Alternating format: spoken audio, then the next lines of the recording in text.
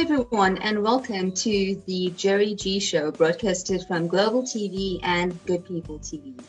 Today, my guest is someone who is very, very special to me. It's none other than Emma Torres from Spain, Ibiza. Hello, I am Emma Torres. I live in Ibiza, Spain. I'm half Spanish and half English.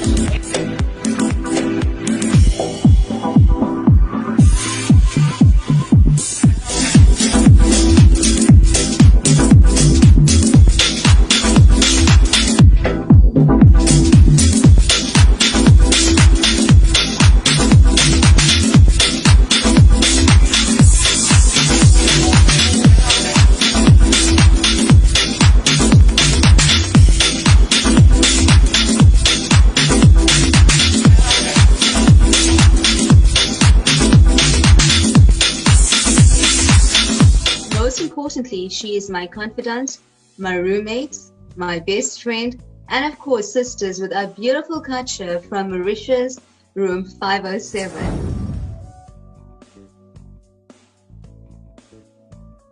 I'll welcome you to the show, Emma Torres. Hello, Geraldine, love. It's a pleasure to be here with you and with everyone watching. Well, it's an honor. I'm so excited for today's interview.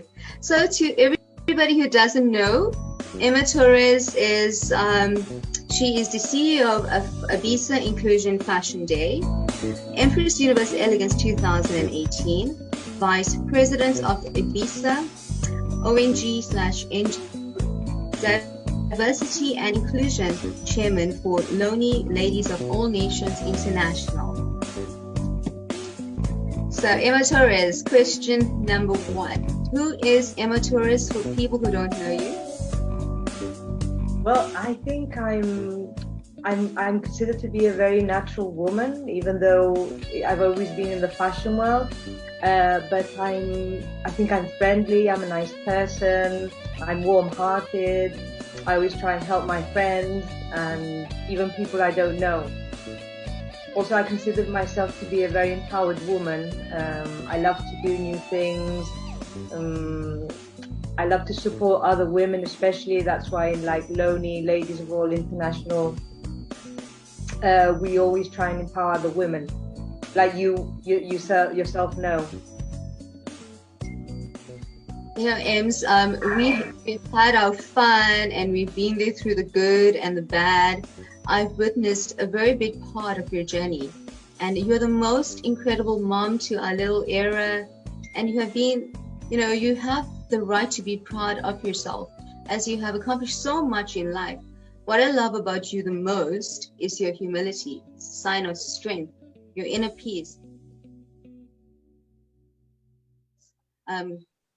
You're grounded in your values and you have nothing to prove to others. So I'm so glad that I got to share most of your journey. A very special person to me. Like the sister I never had because I haven't got any brothers or sisters, and you're like the sister I always wanted to have, you and Kat from Mauritius. So I just thank God that He put you in my life and that we've been able to share so many special and amazing moments together. I say the same. We've shared many, many crazy, exciting moments together. Very much. So how has your career been in the fashion world? Well, I started in the fashion world when I was about 15 because I saw like an advert saying they were doing, it was like a modeling course my mom thought it was a finishing school. I used to show them how to walk, how to do the makeup, the hair, a bit of protocol, but it turned out to be a modeling agency that was doing it. So that's how I started off.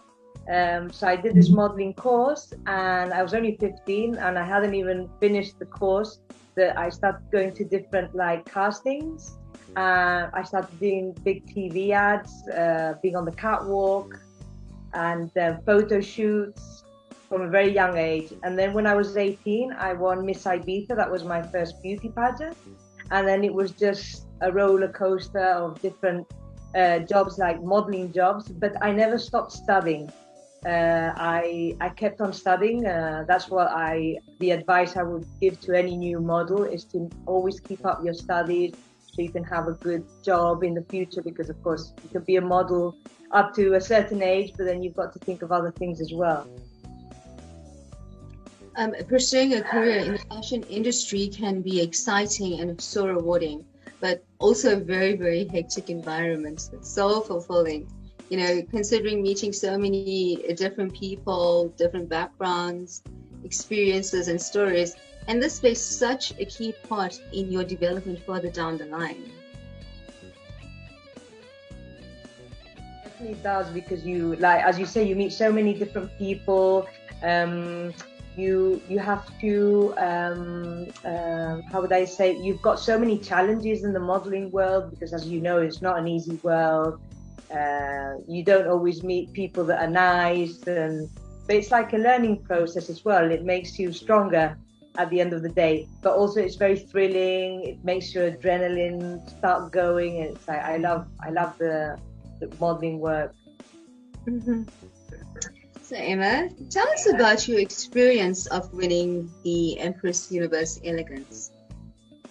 Oh, well, you know, because you were there, we were in different categories, but we shared the room. We were roommates, you and I and Cad. And well, that was an amazing experience, just meeting you two, because it was like we bonded so much, and we used to like be all day doing different activities, and we'd be shattered at night, but we'd still talk to like all night. We'd be up chatting and talking about what was going on. But the actual experience of Empress Universe, I really loved. I thought it was a learning process as well, because we had so many different tasks to do, and we were put to the limit really, because we were tired. Sometimes we were hungry, we were stressed.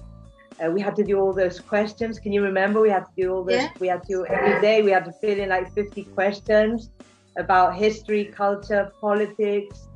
But I really enjoyed it, and I was very happy to win in my category of elegance, because I promised my daughter Aida that I'd come back with a crown, and I did, and she loves putting on the crown now. When she's here at home, she puts the crown on. She'll be the next Empress Universe. Oh, I fully agree to that. You know, it was the highlight of our lives, right? Being roommates, you, me, and Cad was like the perfect combination.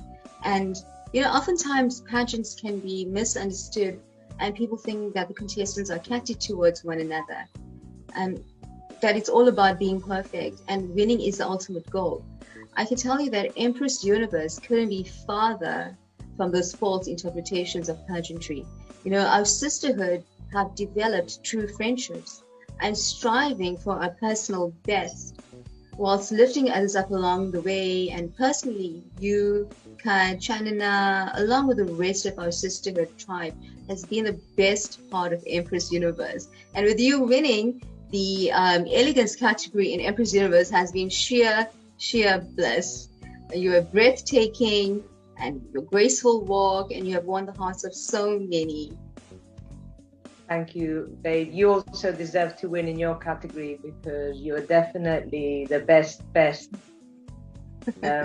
Because also, it's interesting to say the Empress Universe wasn't just a beauty pageant. They looked at so many other things as well, which was nice, because normally beauty pageants are thought of something very superficial, sometimes even like chauvinist against the woman. But this Empress Universe looked at all other things, like your intelligence, your solidarity with people, with other people, social work that you could do. It was nice to be looked as a woman, but in more of a global way, not just your face, your body. It was like just so many things. It was really amazing, you know, being in Goa and experiencing all of that, you know, Goa. Oh my God, Goa was amazing.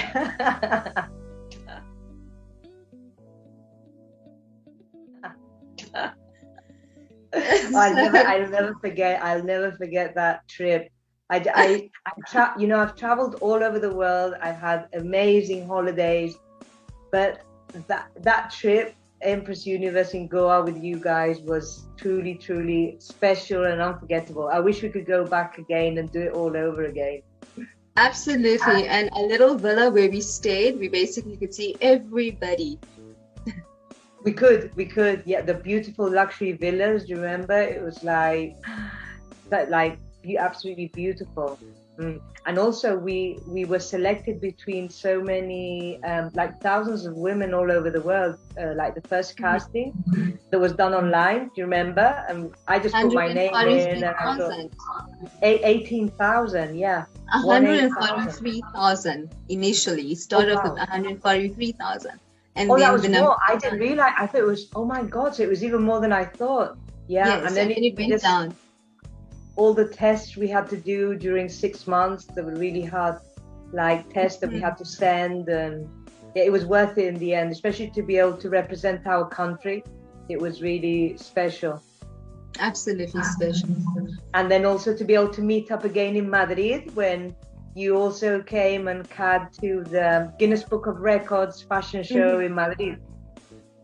Oh my, yeah, that was another major highlight of my life, being together all over again and experiencing almost the same moments that we did in Empress Universe. That was just a year ago, just over a year ago. Just a year ago. We would have been stuck through COVID, but luckily Kat and I managed to escape before that. Yeah, luckily, yes, because it was just before COVID lockdown. So Emma, you are an educational psychologist and a therapist. Tell us about your work. Yes, well, I work with children and teenagers that have special needs. I've been working now over 14 years with them. What I do really is I'm an advocate for inclusion, because I believe that children, teenagers, adults with special needs have to have inclusion in society, education, and also in the work, like for work. So I'm a therapist, so basically I stimulate them, I help them learn, I don't focus on the disabilities, because I don't believe in disabilities. In fact, I wish that word would just disappear, because I believe disabilities don't exist, only like a notion of amazing capabilities to be discovered. And that's what I do. I discover what capabilities each student has, and I try and make those capabilities shine and flourish like a flower. Educational psychology has expanded beyond, and you're making a difference for children and families, helping children and young people achieve their full potential in life. And I'm sure not knowing each day, holds or keeps you more excited and motivated. However, I do know it's hard work, and of course you have to be flexible in all that you do, and obviously use your time sparingly. Yes, that's very true. And also, well, as you know, like my daughter Aida, she's got Down syndrome.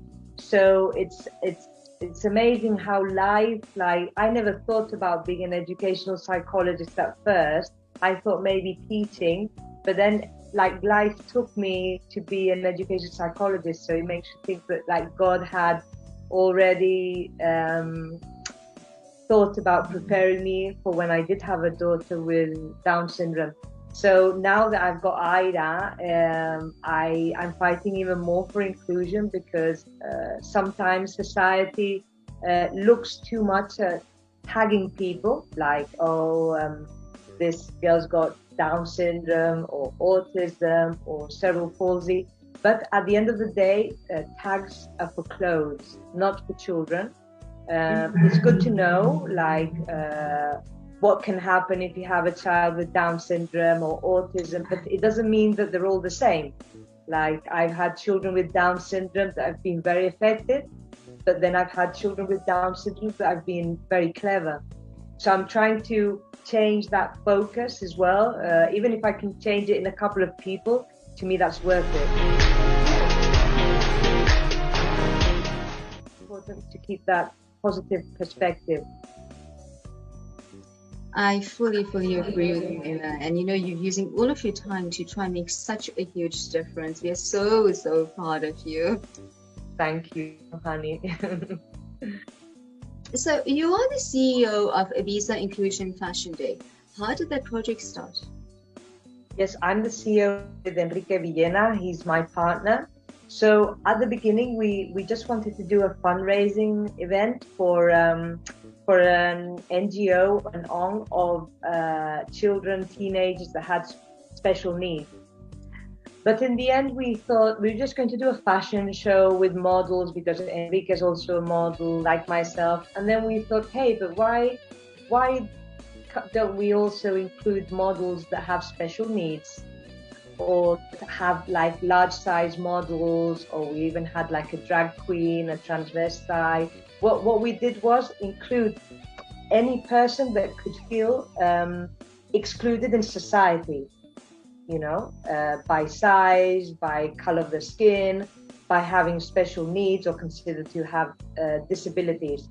So it's the first fashion show in the world that's been done in an inclusive way, because normally maybe designers have one model with Down syndrome or one model that has one leg, but this was half and half. So we had 50% of models that were professional, that had been working like on very good catwalks, and the other 50% were models with special needs, curvy models, transvestite, anything that can be considered maybe different by society.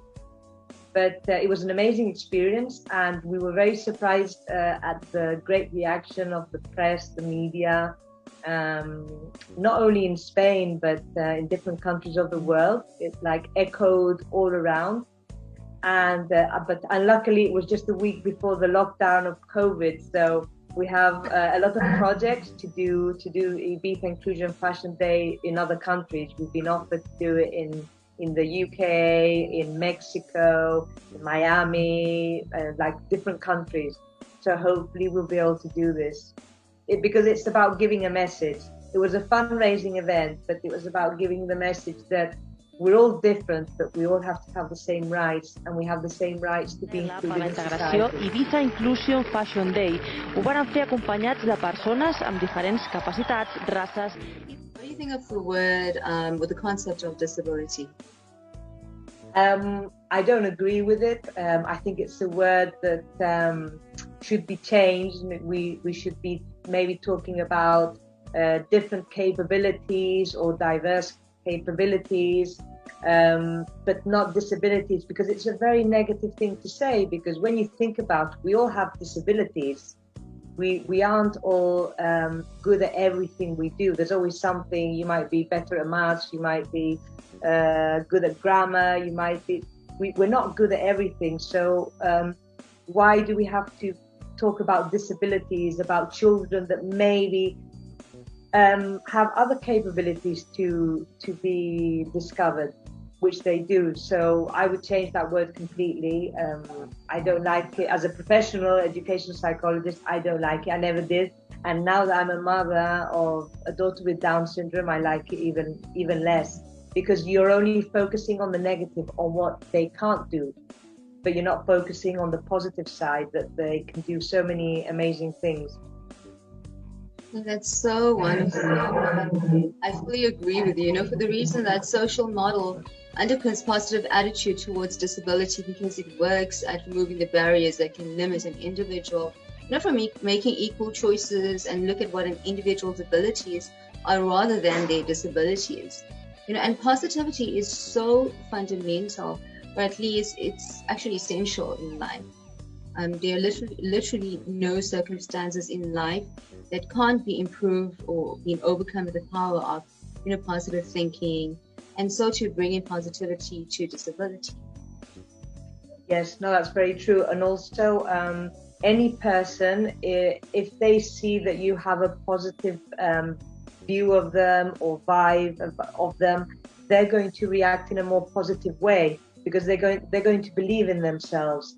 So it's a matter also of empowering those positive points or capabilities that we can see, empowering those so they have like self-esteem, which that's also very important.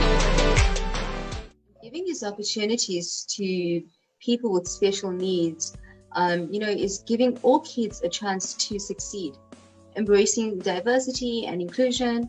And Emma, if I didn't mention this to you recently, at least I just mentioned it to you 2 seconds ago, I'm really, really so proud of you.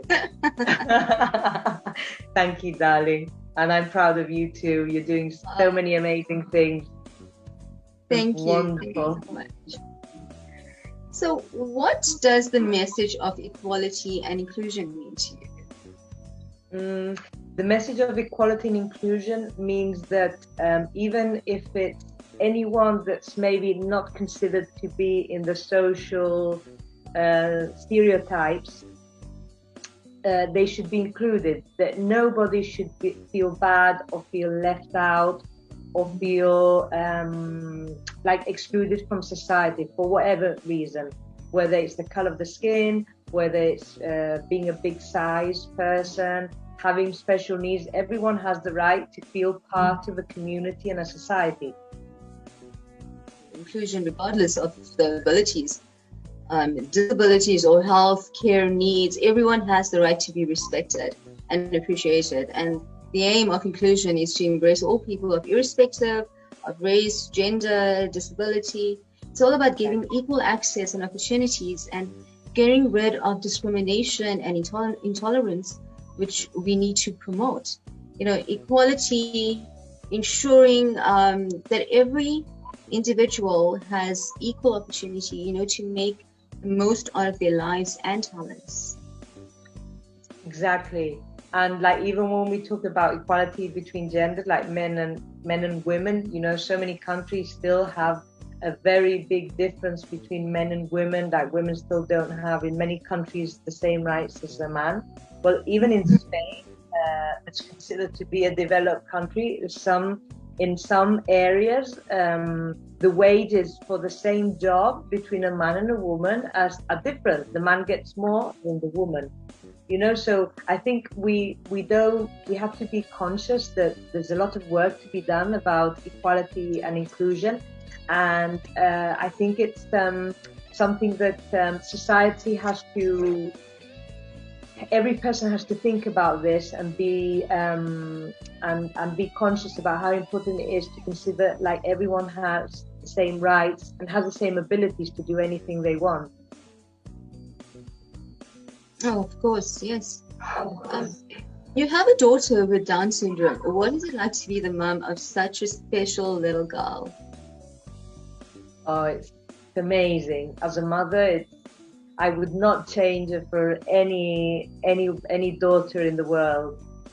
She's really a true blessing, and I'd like to give like a positive message to parents to have not only children with Down syndrome but with any kind of special need, because what I did from the very beginning was believe in my daughter, that she's amazing, which she is. And what's hard about being a parent of a child with special needs is that you see like some specialists, maybe psychologists or teachers, that automatically think that because she's diagnosed with Down syndrome that she's not going to do certain things. So it's like I'm always pushing her, like, so she has the best of herself, but I always have to have that like fight with other professionals. So they see, then when they see, they open their eyes, then they say, okay, you were right.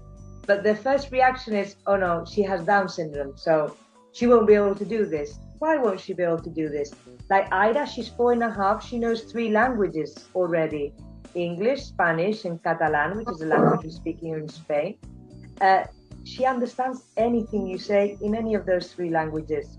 And she's not talking a lot, but she does say a couple of words. So what I mean is, how many children know so many languages at such a young age? And she has Down syndrome.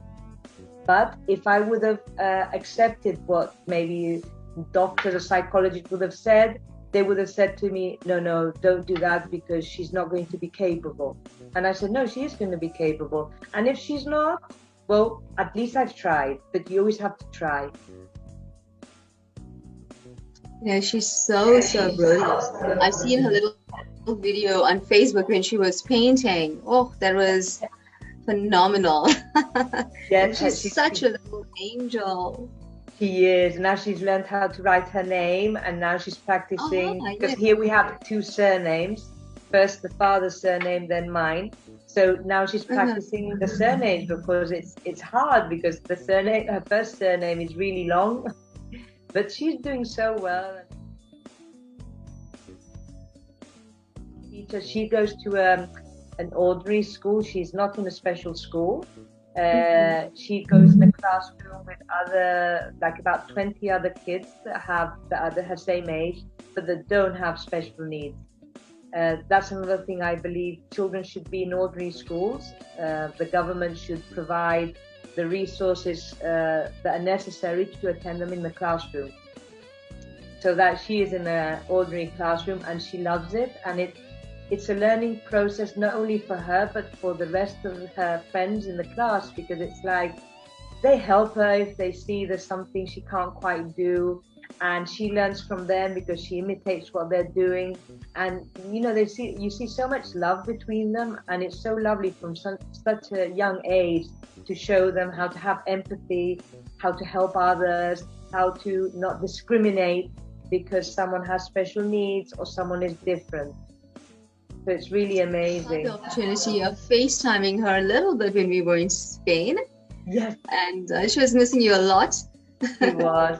So she's the cutest little dumpling, and capable of doing so many things. She's smart.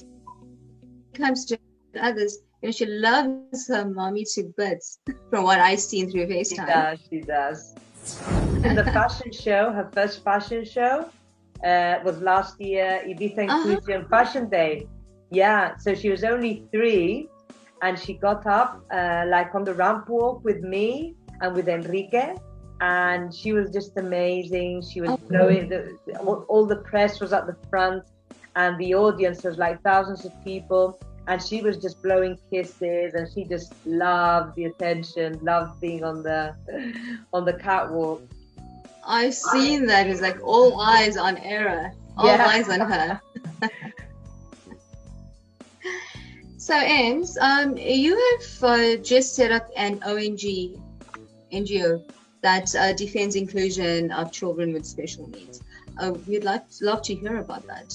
Yes, I've done this very recently because I've got a cousin, and she's got a daughter that's Ida's age, that was born with cerebral palsy because of the problem of lack of oxygen at birth. So we've united strengths, because what we find here and in many places is that the activities that are done for children with special needs, it's they're not inclusive, because what they do is they put all the children with special needs together and the children that haven't got special needs in another group.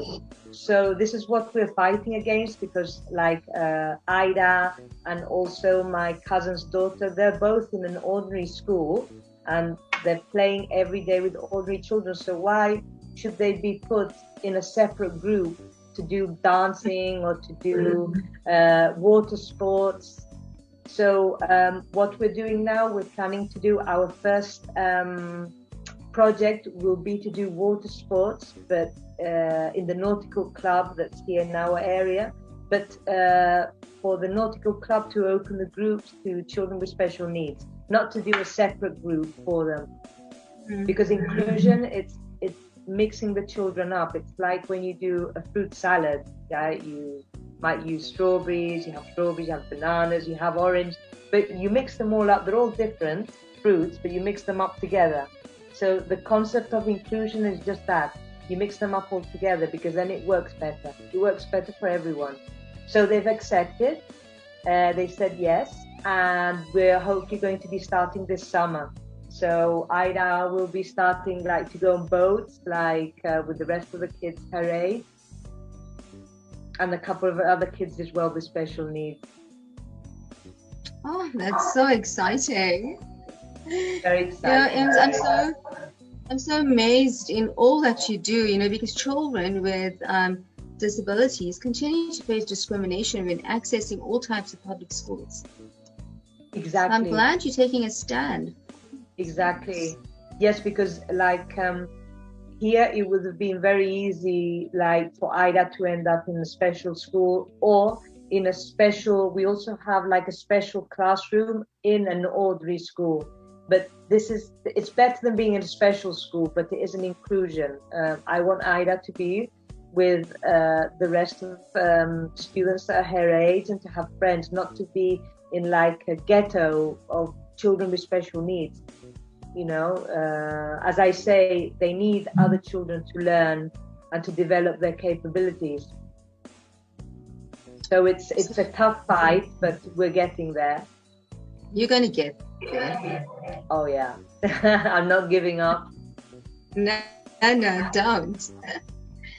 So Ems, what is the best dream that you have achieved and the one that remains for you to fulfill?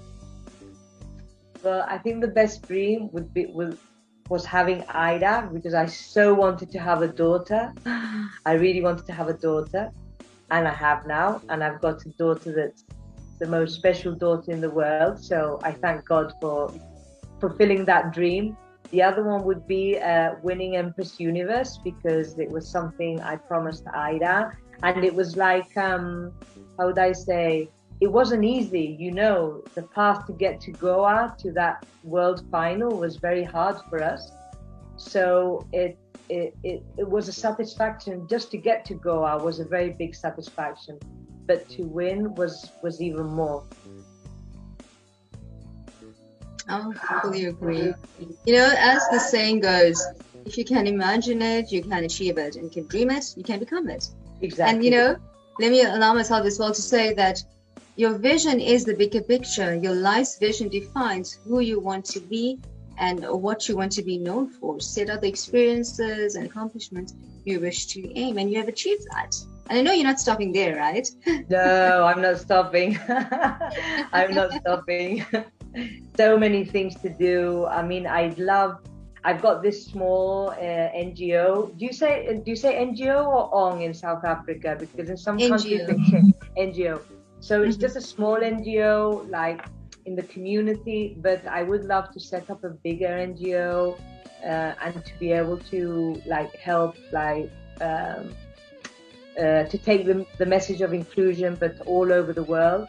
Like especially during COVID lockdown, I've done a lot of like talk shows and conferences about inclusion, and I found that there's many different countries like India that are opening the doors, and they want to know more about how to do this inclusion, how to make it effective. So I always think, even if I can just change the mind of 10 people, that's worth it, because at least I've got my message over. And I know you're going to accomplish this. So you're the winner of several awards, such as She Inspires Me Awards, the Red Blazer Award, International Leadership Award. And how do you feel about receiving all of these phenomenal awards? I feel very, very proud, very happy that they have thought about me to like give me these awards. But I always think that I don't consider the award to be only mine. I always think like that I represent maybe mothers that have children with special needs, or that are fighting for the children with special needs.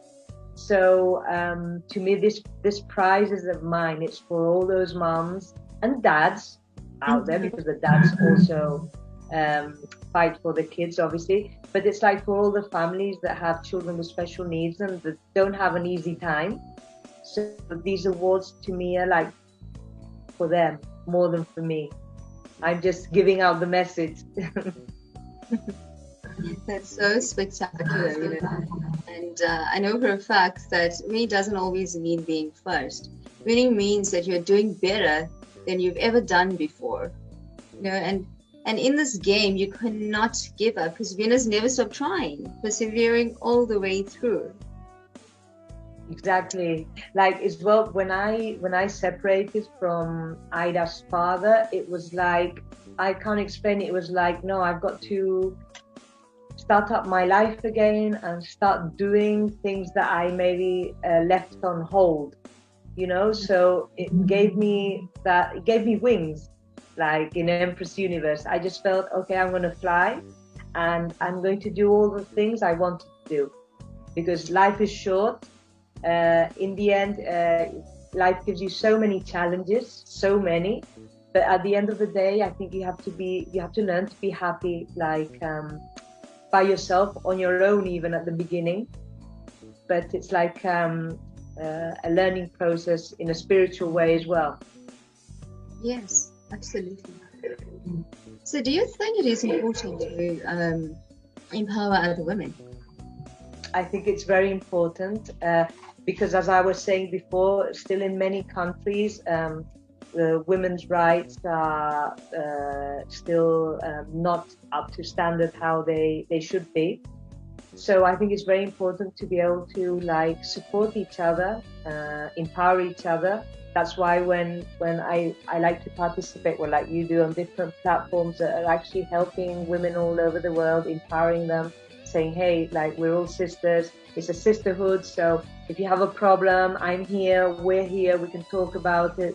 And also so they can see, I think it's important, like different countries, to see how women are treated in different countries. Like some women are treated very well, others not as well. And I think it's important to be able to see that, because otherwise, thank God we have internet and we have phones, because if not, like there'd be maybe countries where women aren't treated well, and they would think that it was like this all over the world, when it's not.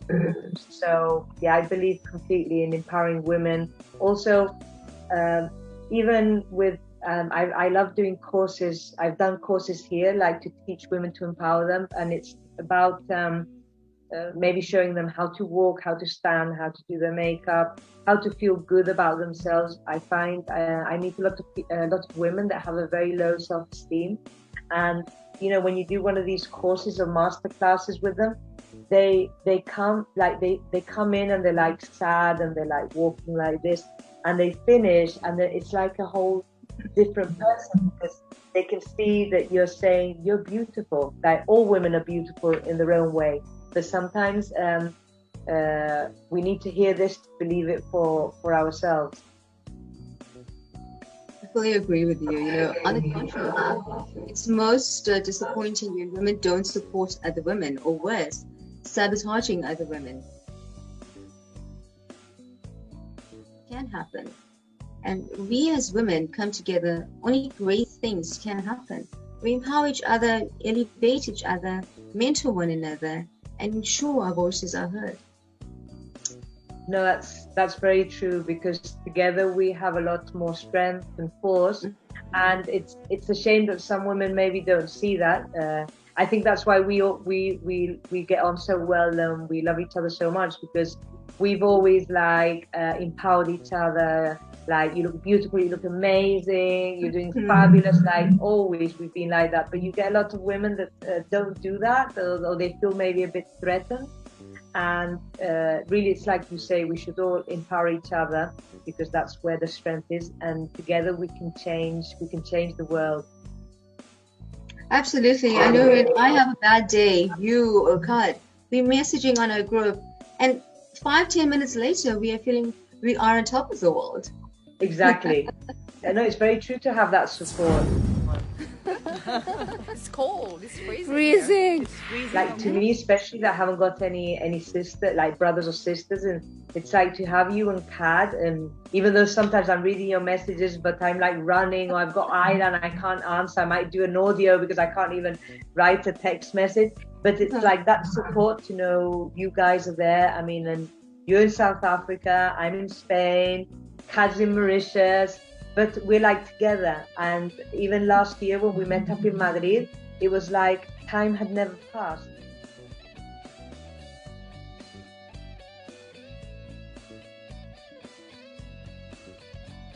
It's like we've been together all the time. It's that And bonding. you know exactly what we're doing on a weekly basis. So we're always keeping in touch all the time. All the time, yeah. So, Emma, what message would you give to families that have children with special needs?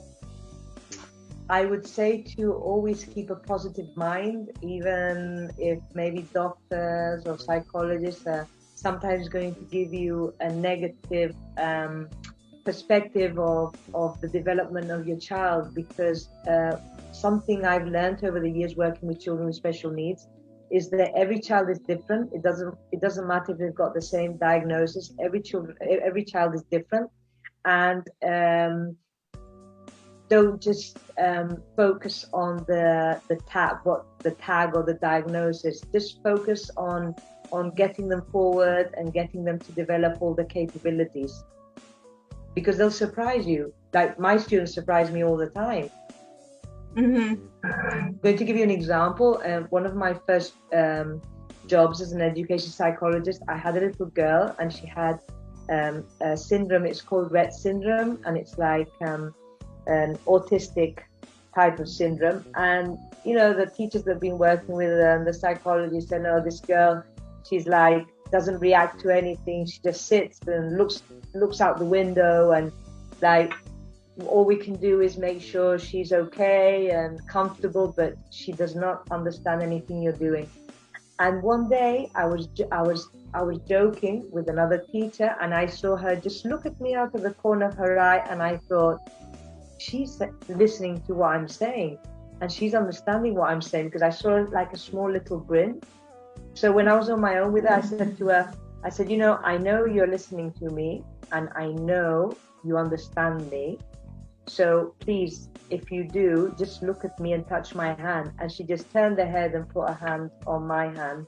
And that was, I mean, the other teachers could not believe it, because they said, but she's been years here and she hasn't reacted to anything. But it wasn't because I did anything special. It's because she was so tired of everyone acting as if she wasn't there, because her body, she was like trapped in a body. So that taught me a lot, and that was my first job. And I thought, I'm never going to judge by appearances, because appearances aren't what you think. Absolutely. You know, she's connected so well with you, and you've got to share that special moment with her. Oh, it was really so special. I was just, it makes me go like have goosebumps, because it's like, I still remember that was like, nearly 14 years ago. So I give a positive message to parents to have children with special needs. It's not easy, but then you get so much out of them, because it's such a big like satisfaction when they start going forward, when they're doing better. But they need to see that you believe in them, and also not to overprotect them, because that's something that happens a lot. The parents, the children with special needs, they want to protect them too much. Like with Ida, I say, no, you have to get on with it. You're grown up, you get dressed, you put your shoes on, like mommy helps you a bit, but you have to do it. So you've got to make them independent and make them have a very high self-esteem. Absolutely. I so love what you're doing. Thank you, sweetie.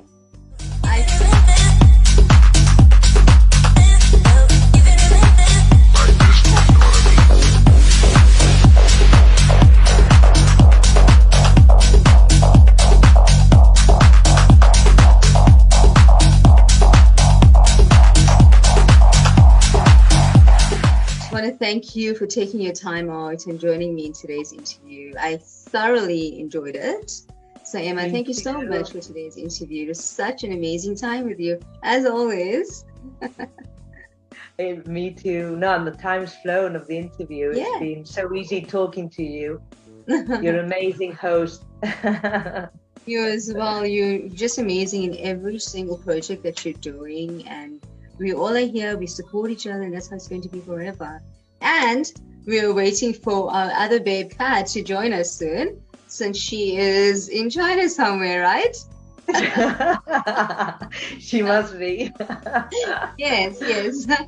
We will wait her arrival. Yes.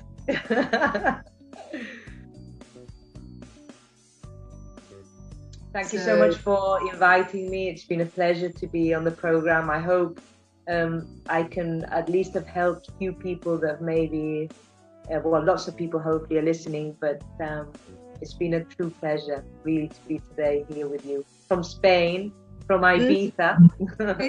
Yes.